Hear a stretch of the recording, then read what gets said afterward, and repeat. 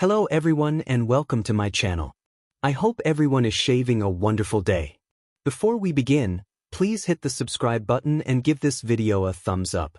In the heart of a stormy Los Angeles morning, a lightning crawled across the sky and thunder quacked like it had personal business with the world below. Eric Forrester stood alone in his dimly lit office, staring at the giant portrait of the man he had raised, mentored, protected, forgiven, and loved as his own.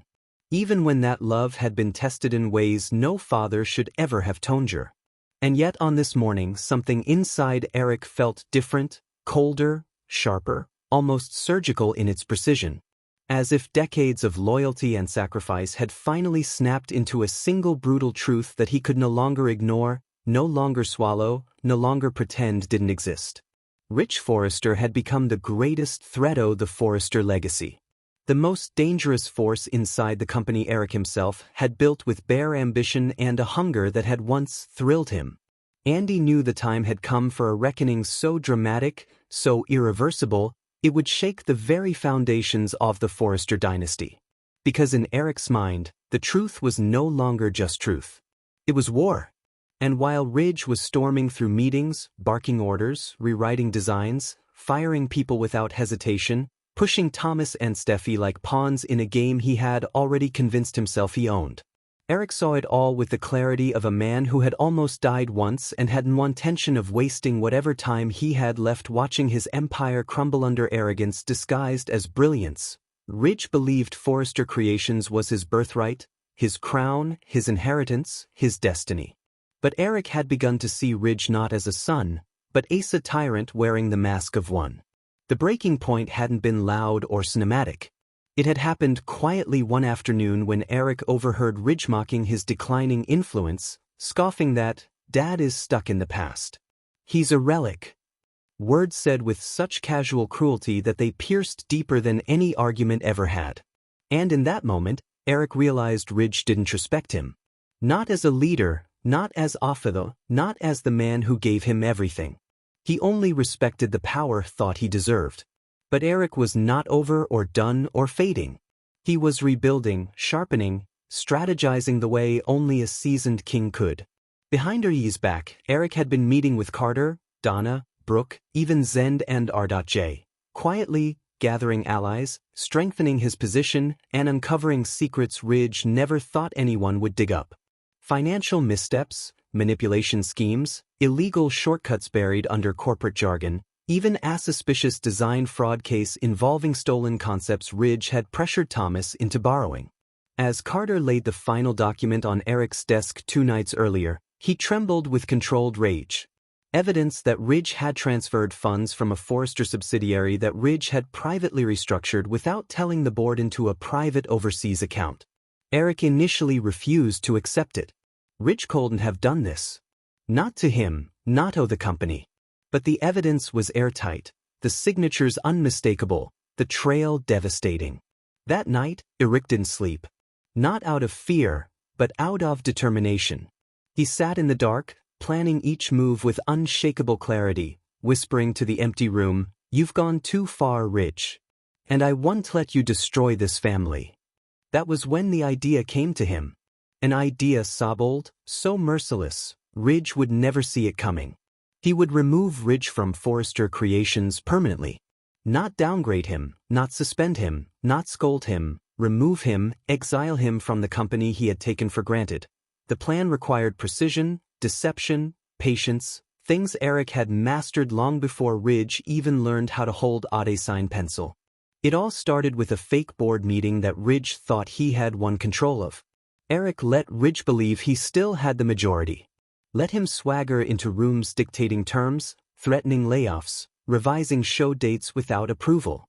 Treating Eric like an old man whose time had passed. Eric needed to strike at Ridge's arrogance because every action he took raised his ego, gave him more confidence and gave him more power that wasn't there. In the background, Eric rewrote the controlling shares and transferred small stakes to trusted allies like Zen, RJ, and even Bridget and Thorne, none of whom Ridge ever considered important enough to monitor. Eric moved the chessboard piece by piece, watching Ridge fall right into a trap designed with the precision of a master architect creating his greatest work.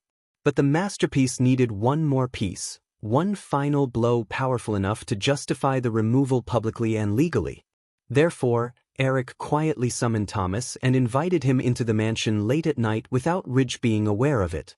Eric asked Thomas a single question that made Thomas freeze. Did I ask your father the man you really want running Forrester Creations? Thomas arrived expecting advice and possibly another motivational speech. Thomas hesitated, torn between loyalty and truth, between wanting Ridge's approval and recognizing Rydage's darkness. And Eric understood everything in that silence. He didn't push Thomas further, he simply nodded and thanked him because the silence itself was the answer he needed. The next morning, Eric contacted a private investigator, someone discreet, someone who had worked with the Forresters years ago during the Spectral Wars. Eric knew everything about Rydage's careless spending, his attempts to sabotage Brooks' line to bring his own into the spotlight, and his covert meetings with investors who wanted control of Forrester Creations in the future. All of this happened within 48 hours. Ridge wasn't just arrogant. He was planning a silent takeover behind Eric's back. And that was the final straw. Eric closed the investigation folder, placed it on his desk and whispered aloud, "You're not my son. Not anymore." The words felt like a knife to his own heart, but they were true.